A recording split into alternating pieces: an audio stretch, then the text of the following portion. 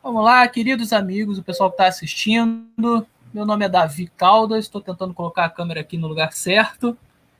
Para quem não me conhece, eu sou jornalista, sou escritor, gosto de dar uns pitacos aí na área teológica. E estamos aqui hoje para a gente fazer uma apresentação sobre o livro Cristianismo e Honestidade Intelectual. Esse livro é um livro do meu amigo Carlos Giovanni. Eu sou um coautor junto com o Robert Wayne. E a gente está muito feliz de poder participar desse projeto do Carlos, que é um projeto fantástico, na minha opinião, né?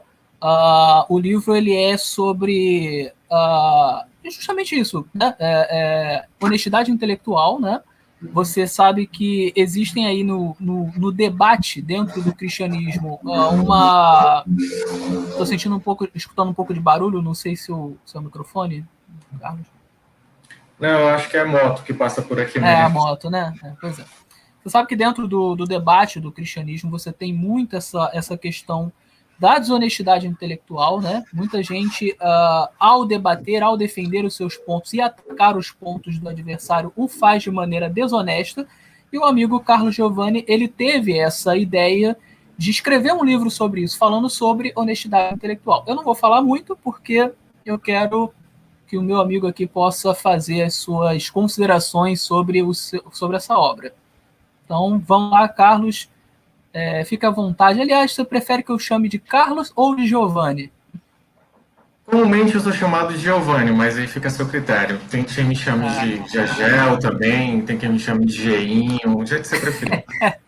Tá certo, então, Giovanni. Então, a palavra está com você.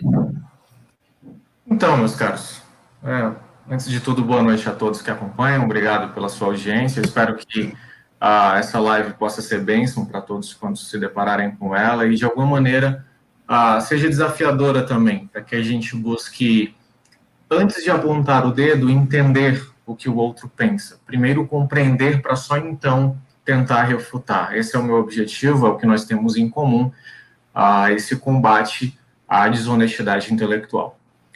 Bom, a princípio eu quero dizer que, ao contrário do que boa parte dos membros de igreja acreditam, o conhecimento ele não destrói a fé, ele destrói a ignorância.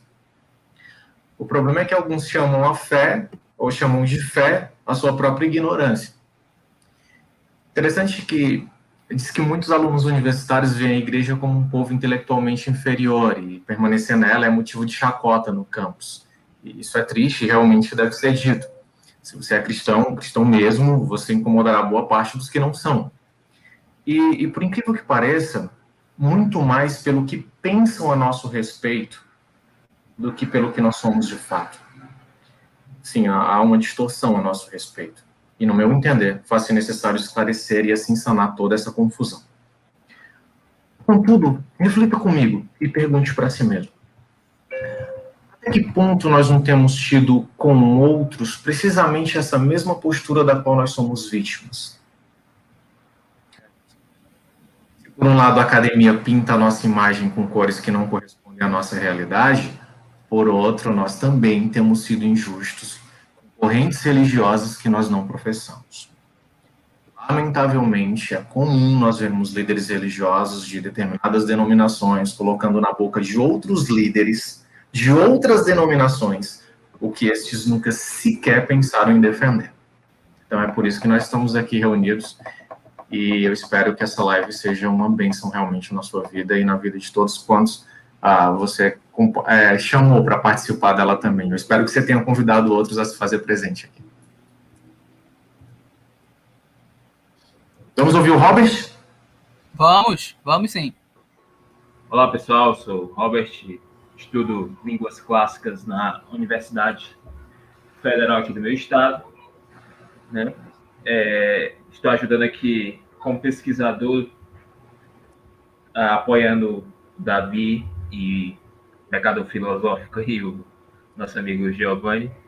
Mais pecador que filosófico. Todos nós somos pecadores, né? Então, foi um trabalho muito árduo, certo? Não foi feito, o livro não foi feito assim às pressas, demandou muito tempo. Se eu não me engano, acho que faz mais de um ano que a gente está nesse, mais de um ano. trabalho, né? E, assim, como é uma obra, a minha primeira obra, acho que junto, talvez do Davi, talvez seja a segunda, a terceira, não sei, mas do Giovanni também é a primeira obra, e é um desafio porque, agora falando em questões de detalhes do livro, é muito complicado porque você tem que, às vezes, procurar referência bibliográfica, tem que fazer com as letras na norma da BNT, então isso demanda tempo. É por isso que, às vezes, a gente quer lançar o livro em tal data e não consegue. Mas parece que agora vai sair, dia sábado, esse livro para apreciação de vocês aí da página do Giovanni e quem sabe outras pessoas possam ver esse material. Um material muito interessante, que vai falar sobre honestidade, né? A gente vê muita falácia, não só na política, né? Mas principalmente na questão teológica, né? A gente pensa que fake news só existe na política, né? Mas não, existe em vários cantos. O Davi pode até falar isso um pouco melhor depois, porque é a área dele de conhecimento, de jornalismo. E, assim, vai ser um livro que vai enriquecer muito o conhecimento de vocês, principalmente de grupos que o mundo evangélico trata como grupos, digamos assim, seitas, né? Como as pessoas gostam de falar, que são os Adventistas do Sétimo Dia e as Testemunhas de Jeová, né? Então, ao longo do nossa live aqui, a gente vai falar um pouco mais sobre esses grupos e sobre a questão da honestidade intelectual como um todo. Ok. Não sei se o Davi queria mencionar algo aí em cima, mas eu tenho ainda algo a dizer, antes de passar a bola para ele. Eu penso que uma das coisas mais nítidas do mundo contemporâneo é o fato de que o Deus mais adorado em todo o planeta é uma deusa, e se chama reputação própria. Por ela, os seres humanos, eu diria, omitem a verdade e até afirmam a mentira, porque o importante é não estar por baixo de quem discorda de mim, na verdade. Então, eu penso que se trata de uma postura extremamente desonesta e prejudicial, né, visto que o comportamento com a veracidade acaba sendo deixado em segundo plano. Graças a Deus, a despeito de tantos defeitos que eu carrego comigo, um dos maiores prazeres da minha vida é, libertando-me da autoidolatria, ler também com os olhos de outros, com os óculos de outros, e não apenas com os meus. Entender como o outro vê me ajuda muito a me entender. Hoje, Davi, Daniel, galera que acompanha a gente agora, eu posso assegurar para vocês que eu sou alguém menos despreparado. Eu me sinto um ser humano que, embora ainda vaidoso, pensa menos, bem menos, na própria reputação, se comparado a alguns anos atrás, quando eu ainda era um fundamentalista religioso. Então, por conta dessa abertura, eu atualmente posso compreender melhor, bem melhor, outras ideias e outras pessoas também. Considere a seguinte reflexão e responda para si mesmo. O que você sabe acerca das testemunhas de Jeová? Provém de uma testemunha de Jeová ou de alguém do seu próprio grupo? O que você conhece sobre o adventismo do sétimo dia? É fruto de uma conversa com uma adventista ou tão somente o que você ouviu no seu nicho denominacional? Ouvir a visão X a partir de um adepto X e não de Y tem sido uma experiência libertadora para mim. Porque tem demonstrado o quão falaciosos são alguns movimentos que depositam na conta dos outros crenças que eles não professam. Então, um desafio que eu faria aqui, talvez, que tal a gente começar a ouvir sobre outras correntes a partir dos defensores e não dos acusadores dela? Em geral, eu pergunto, quem você acha que explicaria melhor para os seus colegas o que você crê? Pessoas do seu ciclo de amizade ou pessoas de outro grupo?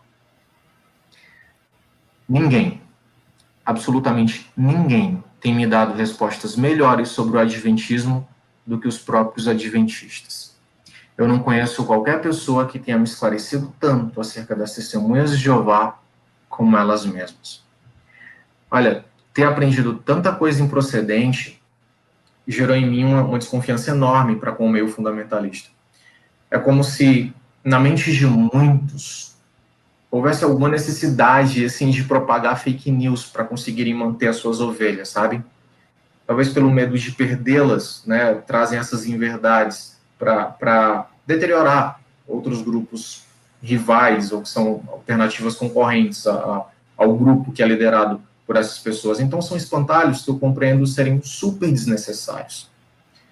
Evidentemente, o que piora essa situação é a doutrinação contínua, que visa unicamente a alienação desses liderados.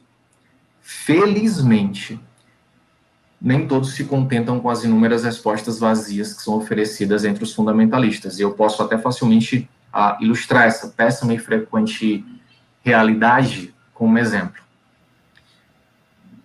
O Joãozinho chega para o pastor dele e diz o seguinte: pastor, por que nós não estudamos sobre as outras religiões aqui na igreja? Aí o pastor responde: nós não precisamos estudar as notas falsas quando conhecemos bem as cédulas verdadeiras, Joãozinho. Mas quando um casal briga, o senhor escuta os dois lados para saber quem está com a razão, não é? Mas assim, com o casal é diferente, meu filho. E com seus 3 filhos, quando eles brigam, é diferente também, pastor? Essa tirinha, essa chargezinha aqui, ela reflete algo muito sério entre nós. Eu não vou dar spoiler do livro aqui, mas eu sei que você entendeu onde eu quis chegar, porque isso talvez é a sua realidade atualmente, né? Busca-se a todo custo, sob um pretexto de que você não caia no engano, te enganar. Então, é enganar você para que você não caia no engano. É algo muito... Tipo assim, é como se fosse... Eu vou mentir para você com uma mentirinha pequena, vou dizer que os adventistas dizem essas barbaridades todas, que os testemunhos de Jeová dizem essas barbaridades todas, né? Porque isso vai ser uma mentirinha pequena comparada a todas as mentiras que você vai ouvir lá. Então é melhor você ser enganado aqui por mim do que ser enganado lá. Cara, isso não faz o menor sentido na minha cabeça. Isso é pura desonestidade, eu não creio que Deus está com isso. E aí, antes de passar para vocês de novo, eu penso o seguinte: enquanto todas as religiões se considerarem a verdadeira cédula, né, se eximindo de estudar as concorrentes, tendo em vista um maior esclarecimento, sem dúvida, nós continuaremos a conviver com um número cada vez maior e não menor de religiões. Porque as divisões de grupos por questões burocráticas e competitivas não vão deixar de existir. Então, é isso que eu queria falar. Depois eu volto. Muito bom, Giovanni, muito bom. Eu queria falar um pouquinho aqui sobre como foi a experiência de ter sido convidado para fazer esse livro, né? E aí, a partir daí, eu engato um pouquinho sobre a parte que eu fiz, a parte que eu escrevi, e depois eu passo a bola para o Robert e para o Giovanni, caso ele queira comentar mais alguma coisa. No ano de 2017 e no ano de 2019, um teólogo muito famoso no Brasil, chamado Augustus Nicodemos, um teólogo presbiteriano, a quem eu respeito muito, diga-se de passagem, ele fez 2 palestras contra o adventismo, né? E nessas palestras ele falava sobre as doutrinas que ele considera heréticas no adventismo, né? Até aí, tudo bem. Todo mundo tem o direito de discordar das doutrinas das outras igrejas, dos outros movimentos, enfim, você pode discordar do que você quiser, né? Desde que você tenha, claro, argumentos para isso, né? Então, até aí, tudo bem. E eu, particularmente, não tenho nenhum problema com críticas. Eu acho que as críticas, elas são necessárias e boas, né? Porque se eu estiver errado e você me criticar, eu vou avaliar e, de repente, eu saio do erro. E se eu estiver certo, ao eu receber a crítica, eu vou aprender a defender melhor o meu ponto, né? Então, críticas são boas. Entretanto, quando eu fui assistir essas palestras, eu demorei muito tempo para assistir. Eu fui assistir no ano de 2020, né? Já tinha passado aquela euforia, né, quando ele publicou essas palestras, né, e na época muitos adventistas falaram, olha o que ele falou e tal, tudo. eu não quis ver na época, porque eu geralmente eu deixo as coisas esfriarem para poder ver, né? Não tenho muita paciência para ver as coisas enquanto elas estão, enquanto está todo mundo falando. Aí eu fui avaliar essas palestras e cheguei eu fiquei, na verdade, eu não sei qual a palavra que eu posso usar aqui, eu não sei se seria surpreso, né? Mas impressionado talvez seja a palavra. Porque o Augusto Nicodemos, nas duas palestras, ele falou sobre 9 doutrinas que supostamente seriam da Igreja Adventista, sendo que dessas 9 que ele citou, 7 não eram da Igreja Adventista, né? Ou seja, quase 70% da palestra, ou mais de 70% da palestra do Augusto Nicodemos, foi falando sobre doutrinas que, na verdade, não são defendidas pela Igreja Adventista. Isso é muito bizarro, né? Se o Nicodemos faz isso, imagina então, né, o senso comum, né? Então, assim, a minha chateação não foi o Augusto Nicodemos fazer uma crítica à Igreja Adventista. Não tem problema nenhum. A minha tristeza e a minha chateação foi ver que ele não estava criticando o Adventismo de fato, ele estava criticando uma série de espantalhos, né? 70% da sua palestra é sobre doutrinas que, na verdade, a Igreja Adventista não defende, então fica complicado isso, né? Então, o que eu fiz? Eu escrevi uma carta para o senhor Augusto Nicodemos, uma carta que ficou com 61 páginas, uma carta grande, rebatendo cada um dos pontos que ele alegou falsamente que eram doutrinas defendidas pela Igreja Adventista que não eram. E eu mostrei, olha, não é, e mostrei toda a literatura adventista, né? Olha só, segundo a nossa doutrina oficial, a gente não defende isso, não defende isso, não defende aquilo, né? Eu mandei para ele, eu queria que ele tivesse lido e que a gente pudesse ter tido um diálogo amigável, né? Não sei se ele chegou a ler, né? Eu mandei para ele por e-mail, algumas pessoas que tinham contato dele, eu mandei para essas pessoas, então eu não sei se ele chegou a ler, mas nunca me respondeu, né? Eu me dou por satisfeito se ele não voltar a fazer palestras com aquelas fake news, né? E aí eu deixo aqui registrado mais uma vez, não tem problema uma pessoa falar contra o adventismo, o problema é você dizer, olha, os adventistas defendem X, quando na verdade os adventistas defendem Y. Esse é o meu problema.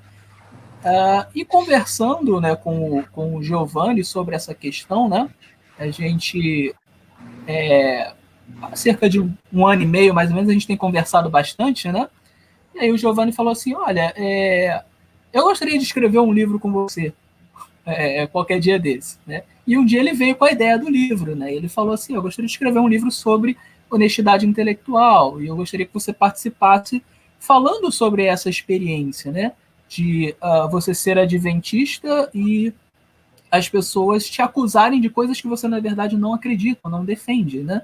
Então, se você pudesse resumir um pouco do que você escreveu, Augusto Nicodemos, para colocar nesse livro como um estudo de caso, né, seria interessante. Eu achei muito legal a ideia, porque o Giovanni, ele pode falar melhor depois, mas ele não é um adventista, né?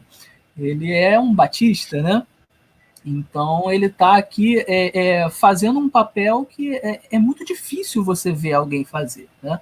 Que é o papel de sentar e ouvir o que o adventista realmente tem a dizer, em vez de simplesmente se guiar pelo que os outros falam, né? Então, esse é um papel muito legal e é algo que ensina uma lição a todos nós, inclusive a mim, que sou adventista, né? Como o Giovanni bem falou, ninguém melhor que um batista para dizer o que os batistas dizem.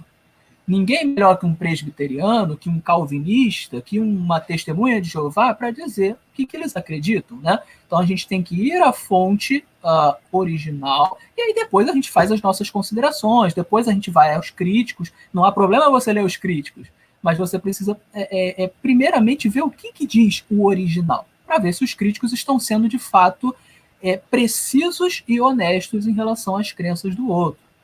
Desculpa te interromper de novo, mas eu preciso fazer algo. Dá trabalho ir às fontes primárias. É mais fácil pegar o material já prontinho, que alguém da minha denominação preparou para mim, colocou numa revistinha de GBD, e ali eu só colho o conteúdo e repasso, eu só transmito. Eu não tive, eu me preparei no sábado à noite para falar no domingo de manhã, porque já está tudo ali. Então eu dei uma lida e depois eu vou lá e o pessoal aceita qualquer coisa, eu finjo que ensino, eles fingem que aprende e fica por isso mesmo. Porque, infelizmente, na nossa cultura, né, visa-se muito mais malhar o corpo do que malhar o cérebro. Então, o importante é aparecer bonito no domingo à noite, né, forte, com vestido bonito e tal, chamativo, do que com conhecimento bíblico teológico. Até porque, se você olhar depois das pregações, quais os assuntos que são tratados após a pregação, geralmente não é a pregação. Pelo menos, né, eu faço visitas em algumas igrejas, quando eu saio e assim, eu vejo, tipo assim, a gente acabou de ouvir uma pregação muito boa, e eu fico assim, rapaz, que palavra. Aí eu saio, as ovelhas desse pastor tá falando de futebol, de novela, de série. Os caras sabem dizer o time titular inteiro, até os reservas. Mas você pergunta os 12 apóstolos, eles não sabem. É verdade. Eles sabem a classificação inteira da Série A, da Série B, da Série C, mas se você pede para ele dizer os livros bíblicos na ordem, ele trava. Ele fala Gênesis, Êxodo, Levítico é Números depois, sabe? E para ali no início. Porque, enfim, isso mostra onde está a nossa prioridade. É verdade. É verdade. Não, e se fosse só essas questões ainda estava bom, né? Mas o caldo engrossa quando você começa a pensar em questões de interpretação, por exemplo, né? As pessoas não se importam com regras básicas de exegese, né? Tipos de hermenêutica existentes, né? Essas coisas são vistas como assim, não, isso é coisa para teólogos. Exatamente. Então, falando especificamente sobre a minha parte, depois cada um vai falar sobre a sua parte, né? Mas a minha parte eu abordei 3 fake news que são lançadas contra os adventistas, tá?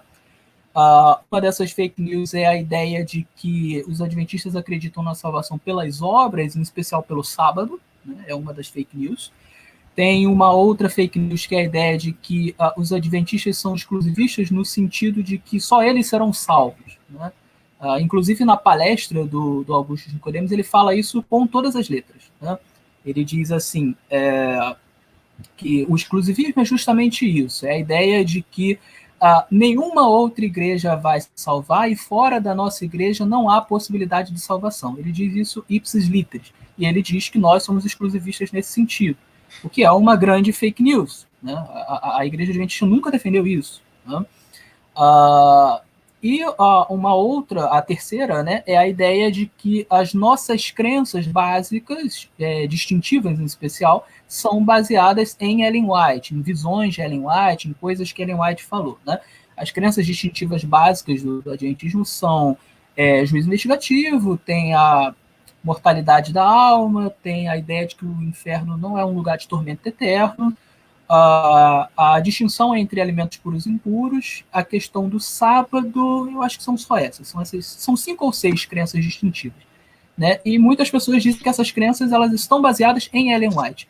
Uma coisa interessante, o Robert vai poder falar sobre isso também, com propriedade, é que as testemunhas de Jeová, por exemplo, acreditam na mortalidade da alma, como é o caso dos adventistas, né? E eles não acreditam em Ellen White, então como assim que as nossas crenças são baseadas em Ellen White, né? Então por aí você já vê que há uma desinformação muito grande, né? Então eu trato dessas 3, tem muito mais, né? Na carta do Nicodemos eu falei de 9, né? Foram 9? Acho que foram 7 ou 9 fake news, mas por uma questão de espaço eu só pude tratar de 3, né? E basicamente, né, o Giovanni pediu para eu dar um exemplo aqui, para não ficar muito vago, né? Eu poderia dar aqui o exemplo justamente das crenças supostamente baseadas em Ellen White. Eu estou para lançar um livro, talvez saia esse mês, que é sobre Ellen White e a sola escritura, né? Então eu mostro que Ellen White defendeu o princípio do sola escritura a vida inteira. Então eu mostro isso com literalmente mais de uma centena de citações dela sobre essa questão, onde eu explico tudo direitinho. E eu mostro também nesse livro que nenhuma das crenças distintivas da Igreja Adventista se basearam em visões de Ellen White. Na verdade, estão baseadas em estudos bíblicos. Obviamente, todo mundo pode discordar dessas interpretações bíblicas.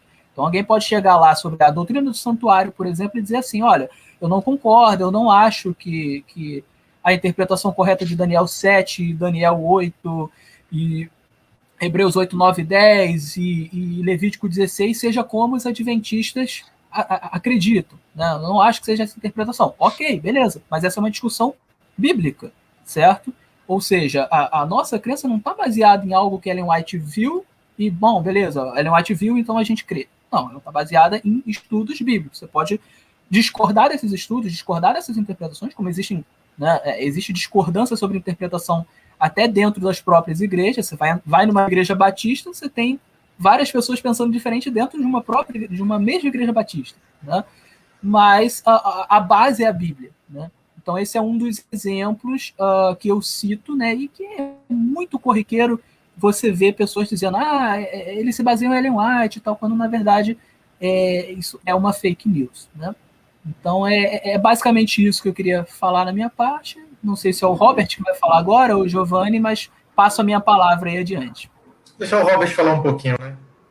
Esse sobrenome tão que eu gosto de falar. Agradeço pelo convite. Só retomando o que o Davi falou sobre a imortalidade da alma. Primeiro, deixa eu só deixar claro aqui algumas coisas para as pessoas que estão ouvindo. Foi muito difícil encontrar um representante da Sociedade Torre de Vigia para participar do livro. Tanto é que a gente não conseguiu. O que a gente conseguiu foi alguma orientação dessa pessoa para que a gente pesquisasse os ensinos da Testemunha de Jeová no próprio site delas, que é o jw.org, né? É um site muito famoso, inclusive é o site, se você colocar aí no Google, ele é o site com mais traduções em línguas do mundo. Ele é traduzido em mais de 1.000 idiomas, incluindo língua de sinais, em vários idiomas também. Então, é um site muito rico. Então, a nossa fonte de pesquisa, a nossa fonte primária de pesquisa foi as próprias publicações da Torre de Vigia. Tanto é que, até para a gente discutir sobre o que a gente ia falar sobre a Testemunha de Jeová, porque é muita coisa, né? Porque os adventistas têm muitos pontos em comum com as outras denominações, mas a Testemunha de Jeová é muito, muito diferente. Então, a gente tinha que escolher um assunto. E a gente escolheu um assunto que foi a tradução do Novo Mundo, né? A tradução do Novo Mundo, que inclusive é muito criticada. Então, a base da fonte de pesquisa utilizada foi a tradução do Novo Mundo, o que as pessoas acham da tradução do Novo Mundo e quais são as falácias, né? Porque o intuito aqui é mostrar para o leitor que existe muita falácia em cima da tradução do Novo Mundo. Você, por exemplo, tem muitas pessoas que utilizam o nome de teólogos muito famosos, por exemplo, quem não conhece Bruce Metzger, né? Bruce Metzger, ele tece críticas muito grandes sobre a tradução do Novo Mundo. Daniel Wallace também, né? O interessante é que o Daniel Wallace, eu vi uma palestra dele sobre escritura, acho que foi até em Fortaleza, acho que o Giovanni até estava nessa palestra dele em Fortaleza, ele falando sobre João 1, né, que é um texto muito controverso, né, principalmente na tradução do Novo Mundo. Aí ele, nessa parte, ele chama as Testemunhas de Jeová de inimigas do Evangelho. Elas e Edgar Goodspeed. Para quem não sabe, Edgar Goodspeed, ele é um teólogo liberal, né? Que também é outra coisa que eu não entendo muito no mundo evangélico. Se você é um teólogo que não pensa igual aos outros teólogos, você é liberal. E se você é liberal, você não pode ser lido na igreja, né? Tem muito disso, né? Então, Edgar Goodspeed, na verdade, ele foi um dos maiores teólogos americanos. E poucos teólogos no Brasil conhecem ele. E assim, a tradução do Novo Mundo, ela é basicamente muito parecida com a tradução do Edgar Goodspeed, que foi considerada uma das melhores traduções do mundo. Principalmente a questão do Evangelho do Novo Testamento. E nesse discurso que o Wallace faz, ele diz que o Edgar Goodspeed também é o inimigo do Evangelho. Porque o Edgar Goodspeed, na tradução de João 1, ele traduz que o verbo era divino. Não o verbo era Deus, o verbo era divino. Mas o interessante é que eu, dando uma lida no próprio livro do Wallace, uma gramática muito conhecida dele, a gramática de Wallace, lá fala que a melhor tradução que existe é a tradução de Edgar Goodspeed, a tradução O Verbo era Divino, para esse texto. Muito interessante, né? Ele, na igreja, ele fala uma coisa para as pessoas, e no livro dele, numa nota de rodapé, ele fala uma coisa totalmente diferente. Então, aí eu comecei a perceber esses vieses desses teólogos, né? Então, eu fui buscar nas fontes primárias o que as testemunhas de Jeová falavam sobre o assunto e como elas se defendiam, né? Por exemplo, um questionamento muito grande é: as testemunhas de Jeová não acreditam em Jesus Cristo, ou as testemunhas de Jeová não acreditam na divindade de Jesus, né?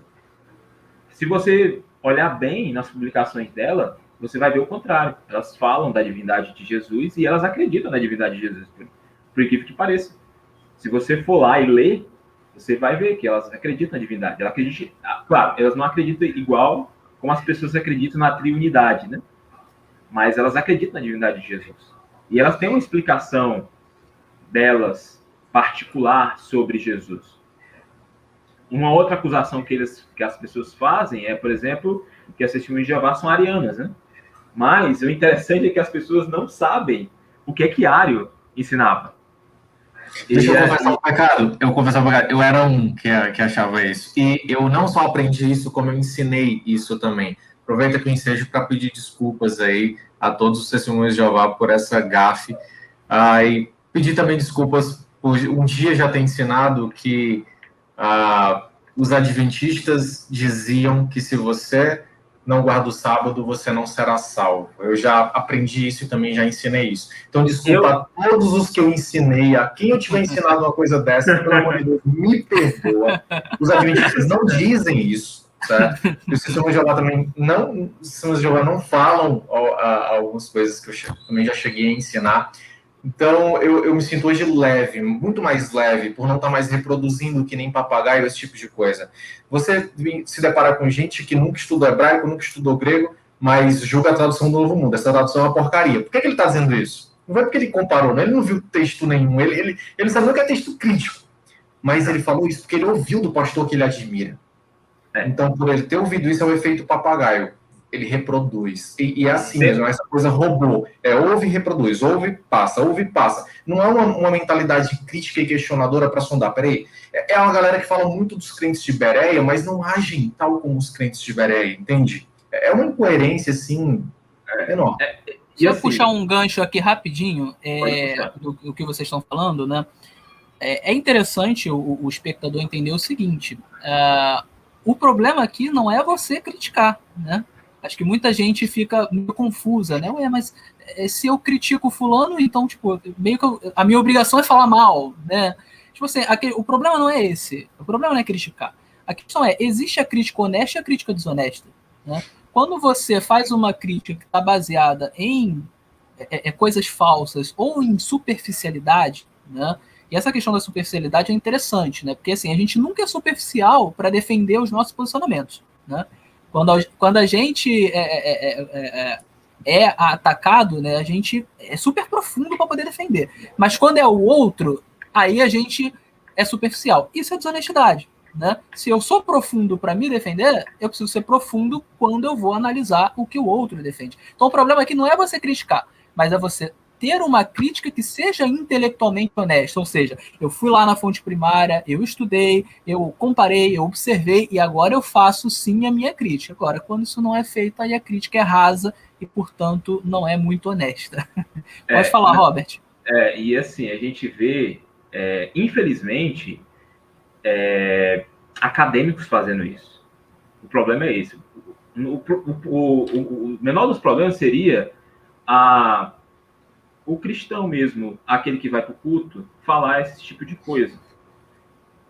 Uma outra coisa totalmente diferente é quando um acadêmico ele vai lá e fala isso.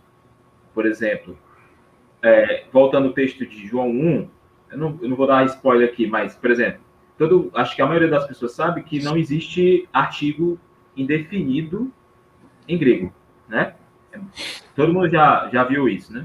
E até quem estuda grego, como eu, sabe que isso é básico. Mas isso não significa que quando você vai traduzir para o português, você não pode colocar o artigo indefinido.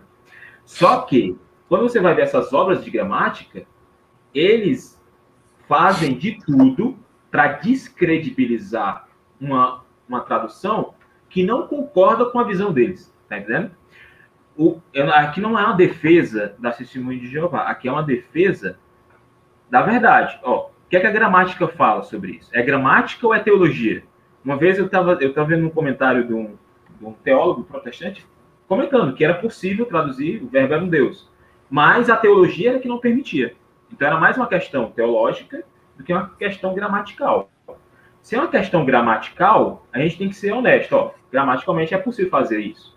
Agora, teologicamente, aí a gente se discute, como até o Davi falou, né? Você discute se é viável ou não teologicamente essa visão, mas que é possível traduzir, é. Uma outra coisa também, que eu queria voltar, que o Davi tinha falado, era sobre a questão da mortalidade da alma, que não é um ensino de Ellen White, né? Não se originou dela.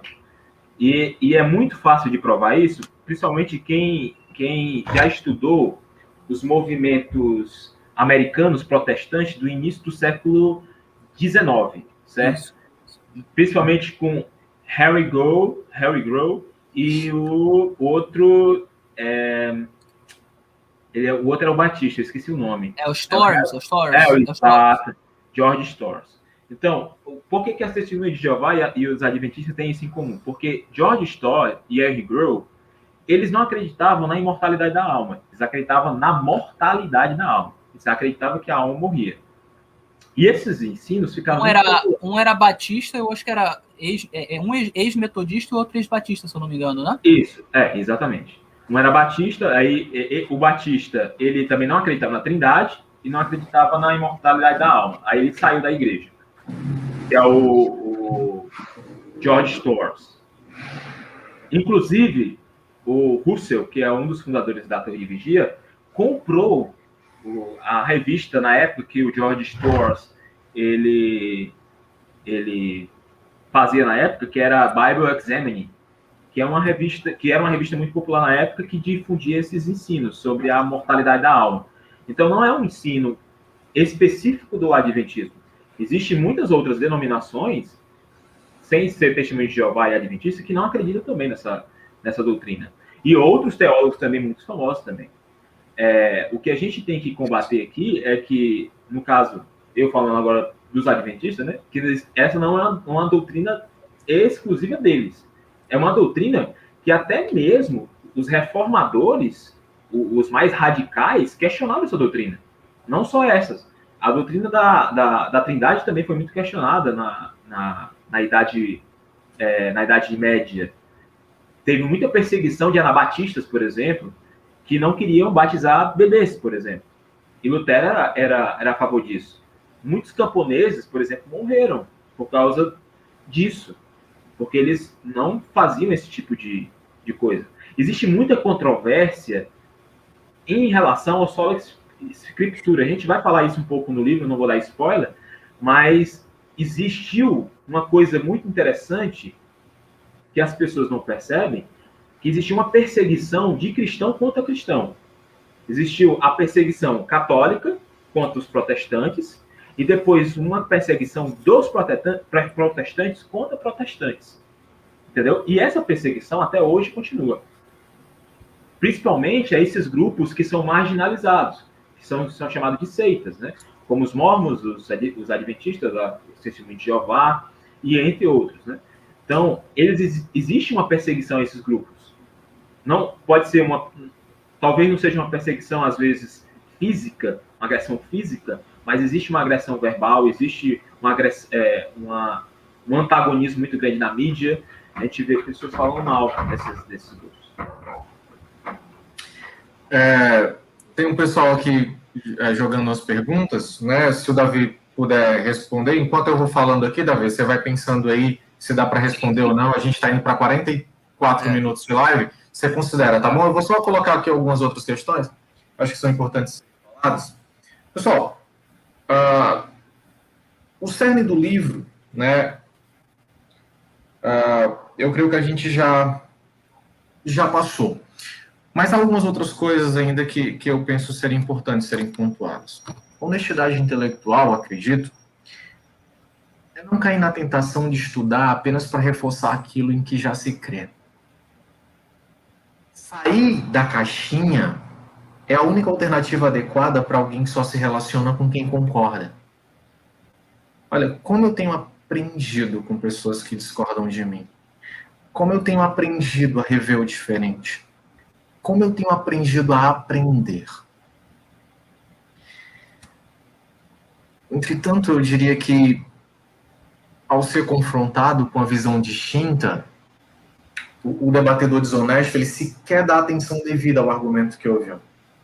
Ele prefere continuar condicionado ou condicionando o seu pensamento aos textos que corroboram o que ele já crê. Uma analogia apropriada, ao meu ver, seria a seguinte. O cara tá debatendo, né, joga um argumento e como resposta ele escuta o seguinte. Peraí, deixa eu ver aqui o que o comentarista, que eu já sei que concorda comigo, fala a respeito disso.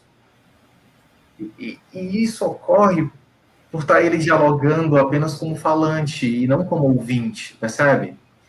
É incrível a facilidade como ele se deixa levar pela cauterização mental da sua própria autossabotagem. Deixa eu só te complementar uma coisa.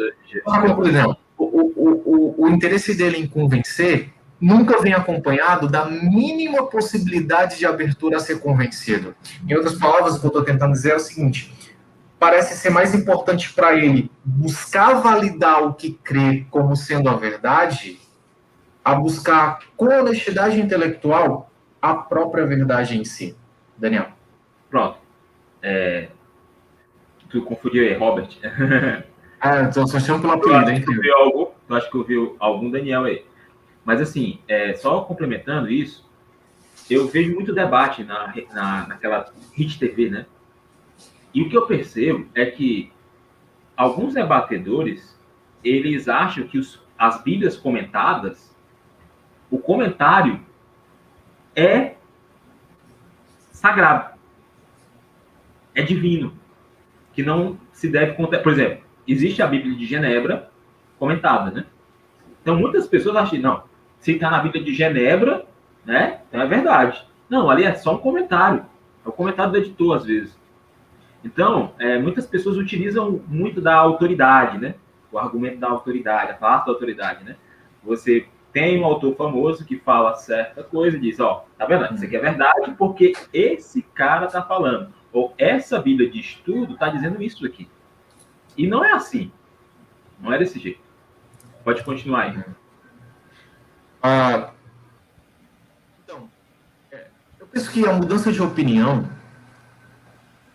além de não ser uma atitude encorajada, é uma coisa super mal vista entre pessoas assim. É como se o reconhecimento de um erro demonstrasse a instabilidade pessoal. O que, lamentavelmente, para eles, afeta a confiabilidade de quem ousa dar o braço a torcer. Ou seja, voltar atrás em algo que disse é ser uma pessoa fraca, entendeu? O forte é aquele que sustenta, mesmo já sabendo que está errado, mas ele sustenta o pensamento dele. Cara, eu penso que isso passa longe, né, de uma honestidade intelectual, que é o que o cristão deve buscar. No fundo, o pensamento de um indivíduo intransigente é mais ou menos assim: como eu passaria a ser visto pelas pessoas que hoje me admiram caso eu viesse a mudar o que professo? Logo eu, o fulano. Lembra que isso eu queria muito que todos nós levássemos em consideração. Lembra que ao longo da sua existência, a menos que você seja demasiadamente orgulhoso, você já voltou atrás sobre várias outras coisas ao perceber que se enganou com elas. Por exemplo, cores. Caramba, eu pensei que era cinza, não é que é marrom? Cálculos. Puxa vida, pensei que dava 6, dá 7. Política, etc. Ora, se isso veio a ocorrer nesses campos, o que te garante não ter acontecido também no âmbito religioso, meu amigo? Uma vez que nós podemos estar sinceramente enganados a respeito de algum assunto, inclusive sobre religião, faz-se necessário submetermos nossas crenças ao escrutínio daqueles que não compartilham da nossa visão. Não se engane, não. É perfeitamente possível que eles, sim, os discordantes, notem na nossa crença furos que nós ainda não conseguimos perceber.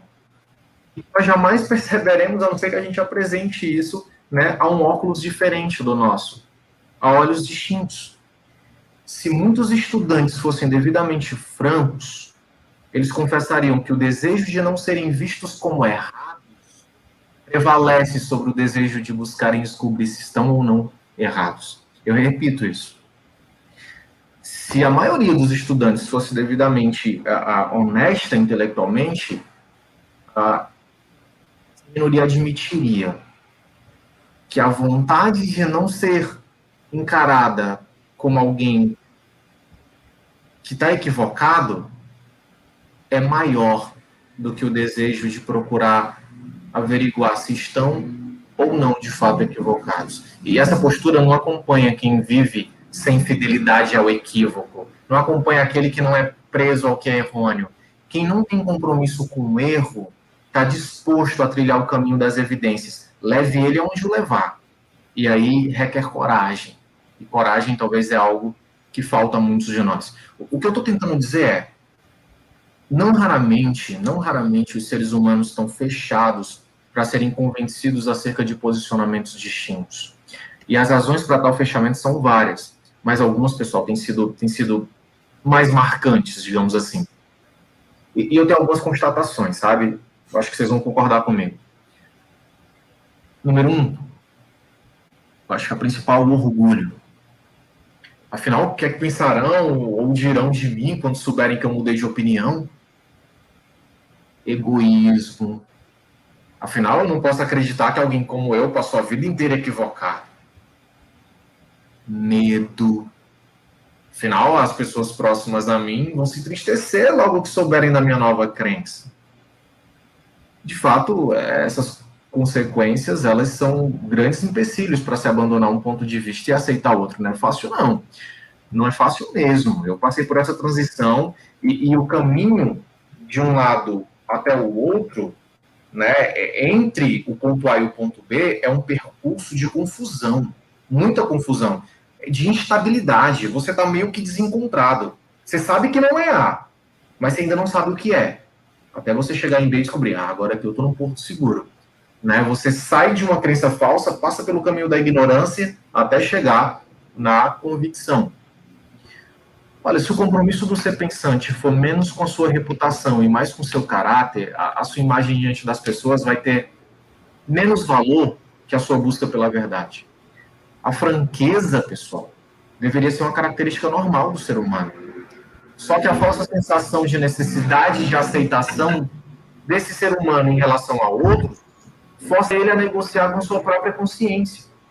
De tal sorte que a franqueza mesma passa a ser uma qualidade por demais admirada, porque tamanha é a sua raridade.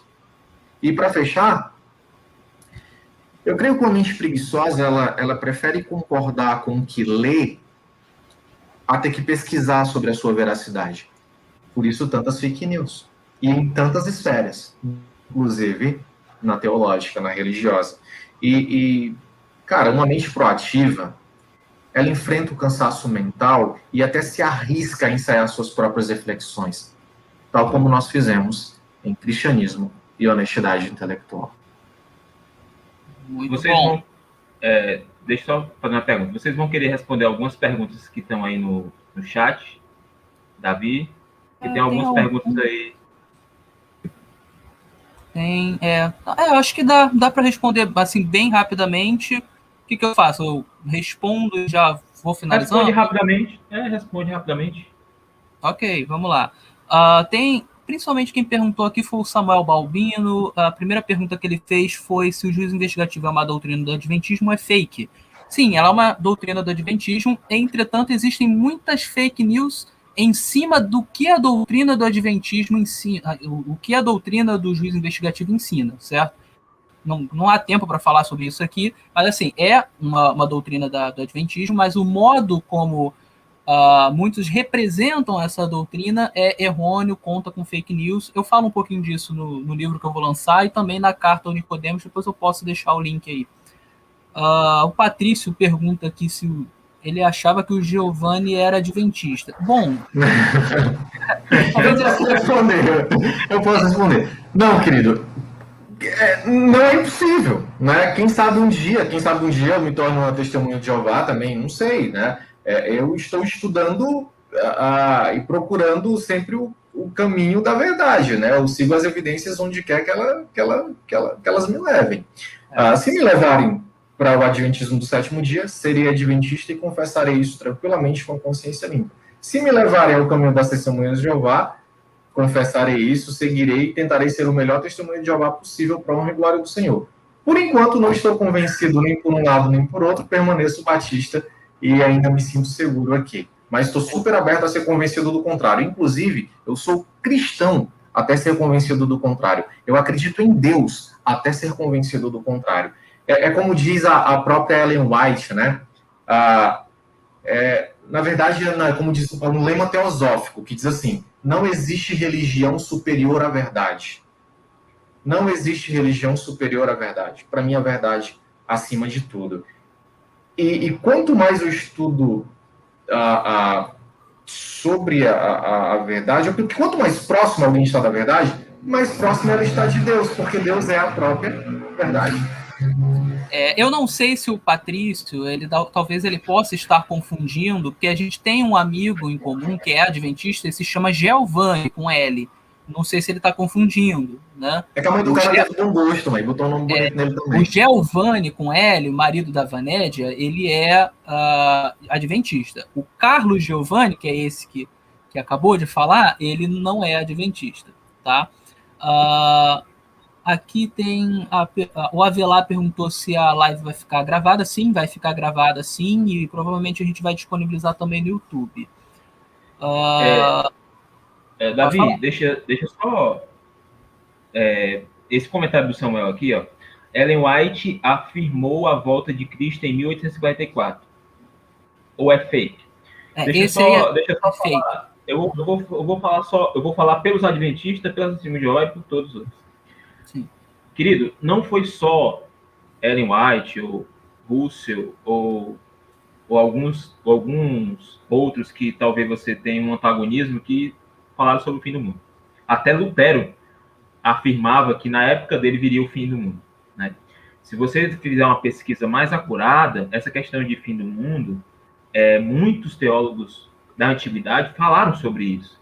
Por exemplo, no ano 1000, as pessoas acreditavam que o reinado de Jesus ia vir na Terra, na Idade Média, né? E as pessoas ficavam apavoradas, né? Houve muitos profetas nessa época na Igreja Católica dizendo que o fim ia vir. E durante a Idade Média, houve muitos teólogos protestantes afirmando, colocando datas específicas para o fim do mundo. Até hoje, na internet, se você vê, você não precisa nem fazer uma pesquisa muito acurada. É só botar fim do mundo, vai aparecer um cara de pastor dizendo que o fim do mundo vai vir na próxima semana. Então, essa questão assim de fim do mundo, sobre 1844, sobre 1914, você tem que pesquisar um pouquinho mais a fundo sobre esses temas nas próprias literaturas, tanto dos adventistas como das testemunhas de Jeová.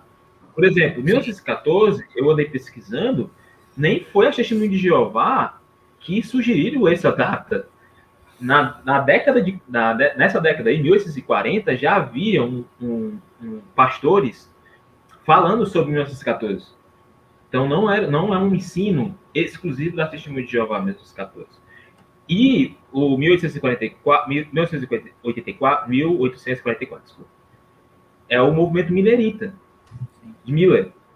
Não é um movimento de Ellen White, né? Não foi o Ellen White em si que sugeriu a data, tá bom? Beleza. Eu tô com o Daniel, o Robert falou. E o que acontece também é o seguinte: o movimento milerita, né, ele alcançou muitas denominações na época, certo? Metodistas, muitas pessoas saíram de várias denominações, né? Eles de fato, o movimento milerita acreditava na volta de Jesus em 1844, tá? Ellen White estava na época entre essas pessoas, mas na época ela não tinha dom de profecia na época. Ela era uma menina de 17 anos, tá? Ela simplesmente creu no que os mileritas criam, né? Houve depois o grande desapontamento, né? Algumas pessoas voltaram para as suas igrejas de origem e tal. Mas Ellen White, na época, ela não era uma profetisa. E ela nunca fez uma profecia de que Jesus voltaria em 1844. É importante dizer isso. Ela acreditava, né, junto com outras pessoas que acreditavam também. Mas isso não foi dado a ela em visão ou algo do tipo, certo? Então é importante deixar claro isso. Pessoal, para a gente tentar fechar aí, né, mais próximo possível de 1 hora, eu acho que talvez fosse melhor a gente responder as demais perguntas, né, a posteriori, para a gente seguir aí o combinado e deixar o vídeo próximo a 1 hora para não ficar tão longo enfim, o que é que vocês me dizem? Ou vocês querem continuar? Como é que é? Não, vamos fechar, já não tem, Acho não tem mais nada aqui, não. As outras perguntas são perguntas mais práticas que podem ser respondidas depois. E a pergunta né, se o livro já foi lançado, a Luciana Mabel está perguntando. Então, Abel, ainda não, a ideia é que amanhã, né, vou deixar o Robert finalizar, então, falando sobre o lançamento do livro, e aí a gente encerra a live, tá bom, pessoal? Desculpa aí, é porque a gente realmente queria deixar o mais próximo possível de 1 hora.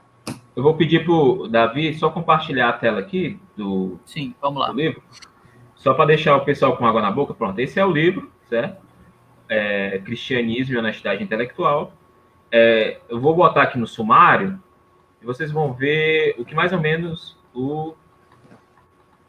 esse livro vai falar, né? Tá aqui a apresentação do Carlos Giovanni. Tem um prefácio de um grande amigo nosso, que é o Bruno, que ele tá fazendo mestrado em filosofia, né? E ele é pesquisador também sobre eu não sei, Giovanni, aquele termo que a gente botou no livro. Fenomenologia da religião. Isso, exatamente. Aí tem a introdução, tem um brinde à filosofia, um brinde à religião do Davi Caldas, apologética. Aí aqui, as partes interessantes do livro sobre a honestidade intelectual, escrito pelo nosso amigo Carlos Giovanni. E a parte 2 vai examinar justamente o que dizem os adventistas do sétimo dia, né? O Davi falou de algumas coisas, como, por exemplo, a falsa alegação 1, né, que a IACD possui doutrinas baseadas nos escritos de Ellen White, como as outras coisas. Depois, examinando o que as testemunhas de Jeová dizem, né, o que a gente pesquisou, o que a gente apurou com base na pesquisa do jlab.org, a gente fez a pesquisa especificamente sobre a tradução do Novo Mundo. Então, por que ela é tão criticada? A gente vai falar sobre o anonimato dos tradutores e talvez a questão mais polêmica é as traduções alternativas de textos que envolvem a doutrina da Trindade e que afetam a divindade de Jesus na tradução do Novo Mundo. Então, talvez alguns de vocês vão ficar surpresos com as nossas pesquisas. As pesquisas foram bem acuradas, a gente fez maior questão de pegar nas fontes primárias, bibliografia, para a gente trazer com a maior fidelidade possível aquilo que a gente propôs no livro, né? Honestidade intelectual. E depois, no final aqui, tem 2 apêndices bastante interessantes, Apóstolo de Pascal e Cristãos perseguidos por cristãos. Uma coisa que a gente não fala muito hoje em dia, né? A gente fala mais sobre perseguição, que os cristãos são o grupo mais perseguido do mundo, mas a gente despercebe que muitos dos perseguidores dos cristãos são os próprios cristãos, né? Então, vai ser interessante essa parte também do apêndice. Ok? Esse é o livro. Ele vai ficar disponível sábado na Amazon. Amanhã, né? Amanhã, sábado. A gente vai tentar colocar ele já na Amazon amanhã. Tá ok? O Avelar está perguntando se tem versão e-book, o Robert. O que é que você responde para ele? Sim, a versão, na verdade, original é e-book. A gente ainda vai ver essa questão da questão impressa, que a gente ainda está sem editora. Nós somos os próprios editores. Nós, a gente fez a diagramação, a gente fez todo o trabalho pesado. Por isso que A demorou. culpa é toda nossa. Então, relevem qualquer coisa aí, né, de erros assim mais estruturais, porque marinheiros de primeira viagem, né, sem experiência, a gente deu as caras aí, fez um livro, nós três mesmo, e, enfim, né, a gente espera abençoar vocês. Contamos aí com a graça e a misericórdia do nosso Deus, e a gente vai também contar com a boa vontade de vocês de deixar uma outra coisa passar, se porventura houver. Espero que não haja, mas se houver, né, sejam aí misericordiosos conosco. Bom, também. então eu vou finalizar a live. Eu queria dizer que esse livro que nós escrevemos é um livro que fala sobre honestidade intelectual, mas para mim, pessoalmente, ele também falou muito sobre respeito mútuo, porque nós somos três pessoas que discordam de muitas coisas, né? Nossas visões não são semelhantes. Eu, por exemplo, eu sou trinitário, o Robert não é, o Giovanni ele tem outras posições em relação ao sábado, por exemplo. Ou seja, a gente pensa diferente em muitas questões, mas apesar disso, nós pudemos escrever um livro juntos, porque falou mais alto a questão da honestidade intelectual, certo? Então, eu acho que fica essa questão do respeito mútuo entrelaçado à questão da honestidade intelectual. Gente, só para deixar claro, o livro não é uma defesa adventista, nem uma defesa da Testemunha de Jeová, não é isso. O livro é só para desmistificar algumas coisas. Você não vai ter lá argumentos convincentes.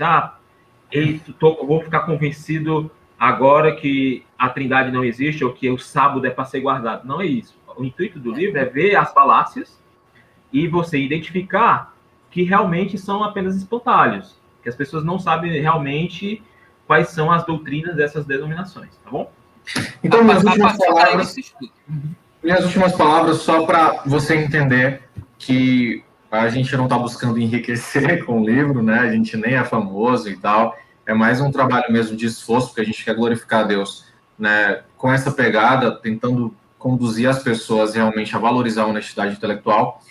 E a nossa ideia, pessoal, e eu peço que vocês orem também nesse sentido, é de distribuir 30% do valor adquirido com as vendas do livro para instituições necessitadas. E aí eu quero, né, que a gente feche a live, então, apresentando, né, esse nosso propósito.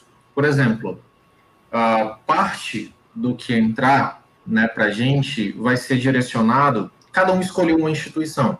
E a que eu escolhi, quero fazer propaganda dela, é o Lar Batista. Né? Eu vou deixar aqui nos comentários o nome e o contato da pessoa responsável pelo Lar Batista. O Lar Batista é um orfanato que fica aqui em Fortaleza, em que crianças, né, de 0, 1, 2 anos, algumas até mesmo já abusadas por pais, familiares e parentes, lá se encontram. E não se engane, se você nunca visitou um orfanato, o orfanato não é como as Chiquititas apresentam. Não. É uma coisa triste. Se você nunca foi, faça uma visita a um e você vai se compadecer. E às vezes a gente quer cauterizar a nossa mente achando, aquilo que eu dou todo mês já é uma ajuda suficiente e tal. E eu falo isso para você e falando isso para mim também. Até que ponto é suficiente mesmo? Até que ponto não vale a pena considerar a ideia de dar um futuro àquela criança que lá se encontra? Já pensou uma criança sem perspectiva, você adota e dá um futuro brilhante a ela, no final você vê ela levantando um canudo, né, de formatura? Eu penso que seria algo muito gratificante. Então eu te encorajo, aqueles que podem ajudar, né, o Lar Batista, façam isso, doem alguma coisa, especialmente nesse tempo de pandemia, em que tantas pessoas que já estão empregadas e sofrem, imagina, sabe, quem trabalha voluntariamente, né? Imagina a situação dessas crianças. Então, fica aí a minha propaganda do Lar Batista. Não estou ganhando nada do Lar Batista, certo? Eu faço questão de divulgar porque eu conheci através do meu cunhado e da minha irmã, Samuel e Geisa, e realmente me compadeci muito da situação e queria muito que você conhecesse melhor o Lar Batista. Legal. Eu escolhi a ADRA, que é a eu sempre esqueço o nome, é a Agência Adventista de Desenvolvimento e Recursos Assistenciais, né? A ADRA é uma instituição que cuida quando acontece alguma catástrofe, por exemplo, quando tem aqueles deslizamentos de terra, alguma coisa do tipo. Então a ADRA costuma aparecer nesses locais para poder ajudar com alimentos, com colchões, esse tipo de coisa. Então ela ajuda nesse tipo de situação, né? Eu, quando morava no Rio, nesse mês de março, assim, sempre tem muita chuva, né? Então acontecia muito deslizamento de terra, essas coisas, e a ADRA costumava aparecer para ajudar, né? Então a minha parte vai para a ADRA. Muito bem. A instituição que eu escolhi foi as próprias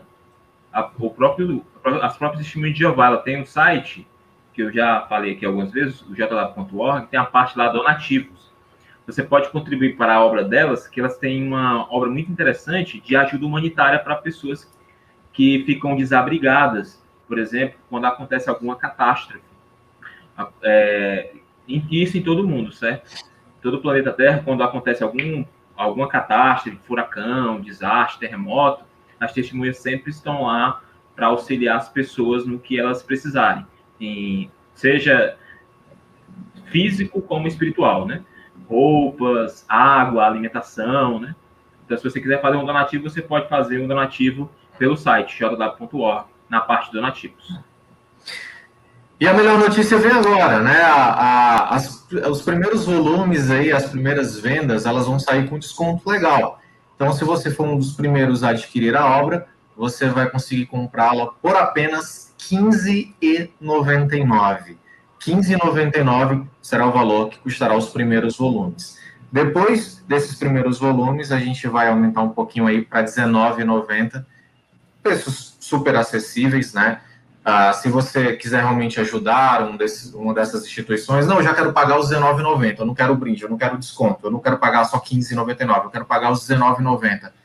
Vai ser muito bem-vindo, tá ok? E você vai estar contribuindo com o nosso trabalho, vai estar sendo abençoado pela obra que nós produzimos e ainda vai estar ajudando quem precisa. É isso aí, pessoal. Muito obrigado por terem ficado até aqui e Deus abençoe a todos. Valeu, boa noite, obrigado. Boa noite.